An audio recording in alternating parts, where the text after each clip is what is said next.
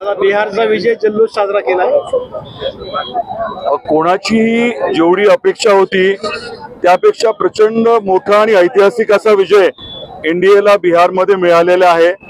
बिहारच्या जनतेचे मनापासून मी आभार व्यक्त करतो। आदरणीय नरेंद्र मोदी साहेबांचा विकास आणि त्यांच्यावरती प्रचंड विश्वास ठेवून बिहारच्या जनतेने अभूतपूर्व असा ऐतिहासिक विजय बिहारमध्ये आपल्या एनडीएला दिलाय। मोठी जबाबदारी दिलेली आहे आणि याच्यामुळे पूर्ण देशामध्ये आता भारतीय जनता पार्टीची जबाबदारी वाढलेली आहे। आपल्या धाराशिव जिल्ह्यामध्ये, धाराशिव शहरामध्ये विकासाची घोडदौड जी आहे, ज्या पद्धतीने आपल्याला करायची आहे त्याला देखील आता प्रचंड बळ मिळालंय। आम जनतेचा, सर्व जातीच्या धर्माचा लोकांचा एनडीए वरती, आपल्या भारतीय जनता पार्टीवरती प्रचंड विश्वास आहे।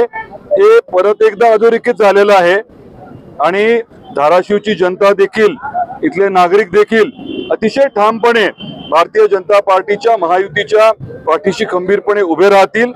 कारण आपला अजेंडा एकच आहे, तो म्हणजे विकासाचा। आपल्या विकासाच्या अजेंडामध्ये दरडोई उत्पन्न वाढवणं, आपल्या भागाचा सर्वांगीण विकास करणं आणि आपल्या धाराशिव शहराच्या बाबतीत सांगायचं म्हटलं तर अगदी रस्ते नाल्यांपासून, लाईटपासून, इथे आपल्या वडगावची आणि आपल्या कौडगावची MIDC ही सुस्थितीत आणून आपल्याला मोठ्या प्रमाणात इथे नवीन रोजगार उपलब्ध करून द्यायचे, मोठे उद्योग आणायचे। रेल्वेमुळे प्रचंड फरक पडणार आहे। आपल्याकडे आता 500 खाटाचे 2 मोठे दवाखाने होत आहेत। हा जो विकासाचा विषय आहे हा जनतेच्या आता लक्षात आलेला आहे पूर्णपणे। जे काही खोटं नाटं बोलतात त्यांचे तर दिवस संपलेत। हे खोटारडेपणा कोणी आता खपून घेणार नाहीये। हा खोटारडेपणा आता कोणी खपून घेणार नाहीये। जनता जी आहे ती अतिशय ताकदीने, विश्वासाने भारतीय जनता पार्टीच्या पाठीशी खंबीरपणे राहील आणि भारतीय जनता पार्टी आणि महायुती आपल्या भागातल्या लोकांचे जे काही स्वप्न आहेत ते प्रामाणिकपणे पूर्ण करेल।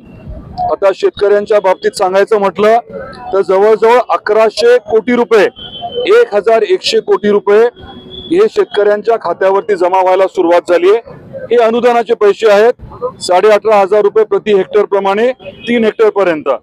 याच्यानंतर आपल्या भागामध्ये जे नुकसान झालं त्याचा जो पीक विमा आहे तो देखील 1000 कोटी रुपये येणार आहे। त्यामुळे ग्रामीण भागातली जनता, अनेक जण शहरी भागात राहणारे देखील शेतकरीच आहेत, त्यांना देखील या अडचणीच्या काळात आपल्या सरकारने न्याय दिलेला आहे।